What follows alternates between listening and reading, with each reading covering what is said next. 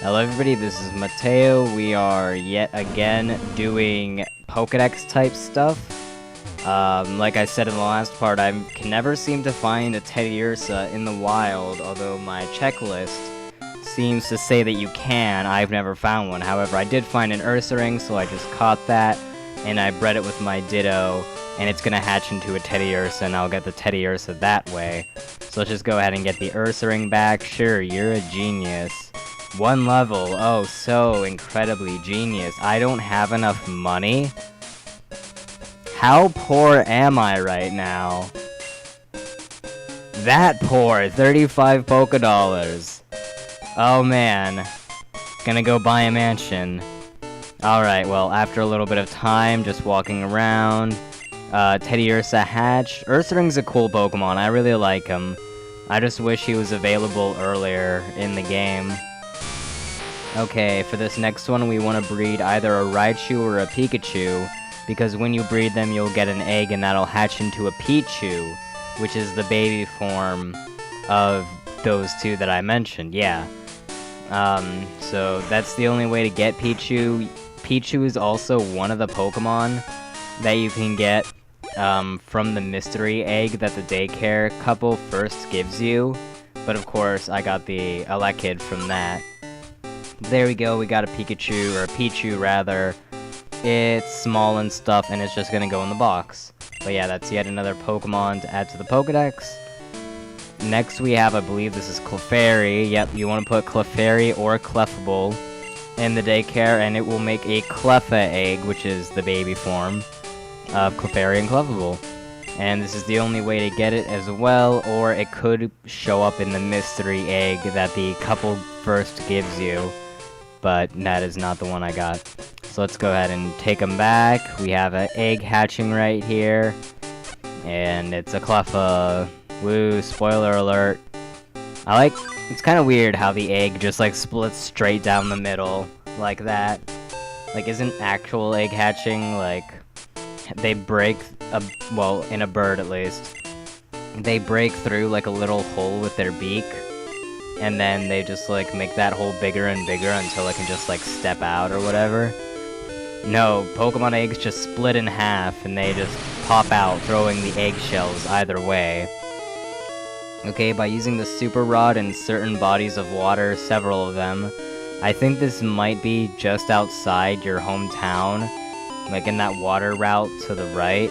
If you use the Super Rod there, you can get a Staryu, which is a pretty neat Pokemon. It evolves into Starmie. It's a water psychic type, so an excellent attacking typing right there. It's kind of frail in terms of defenses, but it's super fast and has a really good special attack as well.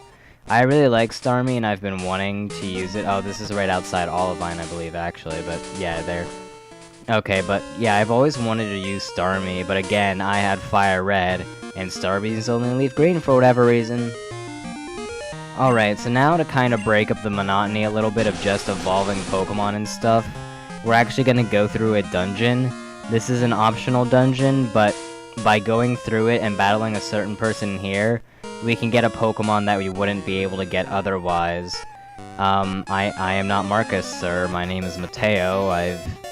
We've talked before, about 2 years ago, but you don't seem to remember me at all. In level 39, this guy might just have the highest level Pokemon in all of Johto. Other than the Elite Four is technically in Kanto. He's very close, he is very up there, and he's just hanging out in this cave. 'Cause, you know, why not? What was I talking about before that? Oh yeah, this cave is optional, but you have to go through it if you want to get a certain Pokemon. Either that or just trade the Pokemon from another game. But by going through this and battling the guy, we'll get a Tyrogue, which can evolve into the Hitmon family, Hitmontop, Hitmonlee, and Hitmonchan.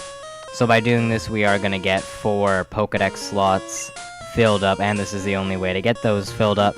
So for me, it's pretty much necessary. You do want to make sure, however, that you only have 5 or less Pokemon in your party. Do not have 6. Otherwise, the guy will not give you the Tyrogue, because he'll be like, oh, your party's full, because he can't send it to the PC or whatever. So you want to make sure that you have 5 or less Pokemon. I made that mistake the last time, and boy was I mad. I also really don't know the layout of this place, so I might be just, like, going the wrong way every once in a while. Also in this cave is an item you want to look out for. It's the Dragon Scale that you can give to Seadra, which when you trade Seadra with that item, it'll evolve into Kingdra. And I'm pretty sure that this is the only place that you can get a Dragon Scale. No Pokemon can hold it. Unlike something like the Metal Coat, which can be held by Magnemites outside of Vermilion City to the north there. So yeah, if you want extra Metal Coats, use Thief on those Magnemites. Either that or you could catch them, but that would take a lot of Pokeballs because it's only like, I don't know, 10% or 5% or something ridiculous like that. And then also if you want multiple King's Rocks, use Thief on Poliwhirls or Slowpokes, which you can find very easily. Oh, that's a full restore, but I really don't care. We really don't have much need for many items anymore. Oh, there's the Dragon Scale that we want. It's pretty out in the open, which is good. So that's where it is for those of you also completing your Pokedex. If you happen to be doing that, there's a helpful item for you right there. Why do I even have a potion, honestly? Whatever, get rid of that. Houndoom? Item. Oh, I'm giving him the black glasses to power up his dark-type attacks. Which, for him, is really good, because dark is a special type in this game, and he has a massive special attack stat. Granted, he also has a massive attack stat, but his special attack is just a little bit higher. So that's even better. And both of his stab moves are special, so he's a really good Pokemon in this game. A bit frail, but he really has power. Okay, I believe this is the floor that screws me up. Also, I'm getting a ton of these vitamin-type items, and I'm not using them for whatever reason. Pretty sure I'm just gonna sell them, because as we saw, I am running very low on money. No, gotta love those random battles that you're not seeing, luckily for you guys. It doubly sucks for me, because not only do I have to, like, go through them, but then I also have to go through the video and edit them all out. Oh, my life is so hard. The irony. Well, it's not really ironic, it's just, it's stupid, I guess. Gotta love that stutter. Running out of things to talk about, because this is a long cave and I have no idea where I'm— oh, thank God I found the guy. Yeah, this is the guy right here. He's all brown and stuff. His entire body. He's the Karate King. This is like the gym leader from Saffron.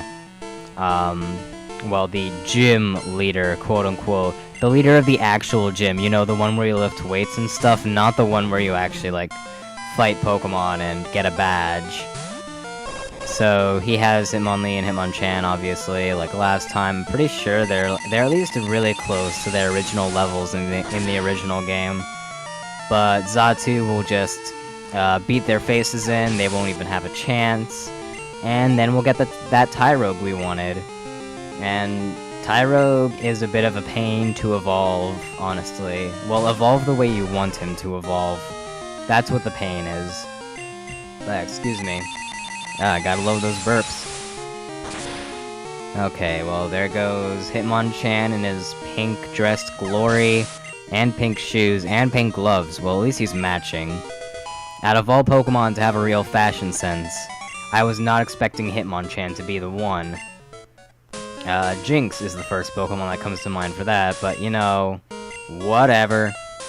Yes, a rare fighting Pokemon, so rare that he has the only one in the entire game. So there we go, we get Tyrogue. It evolves into 3 different Pokemon. Farewell. You don't even disappear, guy. Okay, so I got my Tyrogue up to level 26. I think I was trying to, like, hold it out to get its stats just right. Basically the way that Tyrogue evolves is that he evolves at level 20 or higher, okay? And then the rest, which one he evolves to, Hitmontop, Hitmonchan, or Hitmonlee, depends on his stats, his attack and defense stat, specifically. Actually, I'm gonna hold that off for a second. I freaking love the fact that Hitmonchan learns all 3 elemental punches at level 26. Especially because when I was younger, playing Fire Red for the first time, I chose Hitmonchan, and I'm pretty sure you get him at level 25 when you get him there. Apparently I'm using the Elite Four to train a little and get some money. Okay, but anyways, so, and I didn't know about, like, special and physical attack or anything like that because I was so young. I was just like, oh wow, he has 3 elemental punches, that's so cool. So I really love that idea. Unfortunately, it actually isn't that good in 3rd generation because those are special and Hitmonchan's special attack is crap. But in 4th gen, it's alright. Like, it has some good type coverage, although you don't want to use all 3 of them on the Hitmonchan. You want to use 1 or 2 for that coverage. Anyways, back to Tyrogue. So yeah, his attack and defense stat determines what he's going to evolve into. If his attack equals his defense, which is very difficult to do, he will evolve into a Hitmontop. If his attack is greater than his defense, which I had the most difficult freaking time doing, by the way, that's why we haven't seen the other 2 Hitmon evolutions yet. But if his attack is greater than his defense, he will become a Hitmonlee, and if his defense is greater than his attack, then he will become a Hitmonchan. And I got so many freaking Hitmonchans when I was trying to evolve those Tyrogues. You have no idea. Okay, here we have a Cloyster. It's a pretty neat Pokemon. It gets better in later generations when it gets Skill Link and the physical special split. A lot of Pokemon got better when that happened. Some got slightly worse though, like one that comes to mind is Alakazam. He can no longer effectively use Fire Punch to hit Steel types or anything like that, because it became a physical attack, and his physical attack is bad. But for the most part, Pokemon improved with the physical special split, and overall I think it was a really great idea that they did that. It just makes sense, you know? It makes Pokemon like Kingler useful, especially. Okay, so now we just have some stone evolutions. I've basically been letting the video talk for itself. Here we have a Staryu evolving, finally, and I'm pretty sure that's the last Water Stone evolution we need. There might be one more that I'm forgetting, but I think we're pretty much done with all the stone evolutions entirely, which is really nice. We no longer have to get calls from people. So, yep. With that, we end off this second supplementary video, but at least we had Mount Mortar in it. Yet again, we have a black screen, and I'm pretty sure I forgot to put the black screen in the last one, so I just cut myself off. And who knows, I may do that again. But if you're listening to this, that means I didn't. Why am I still talking? It's the end of the video. I will see you all next time where we will do the Whirl Islands, so it won't be so much supplementary. See you all then. Goodbye.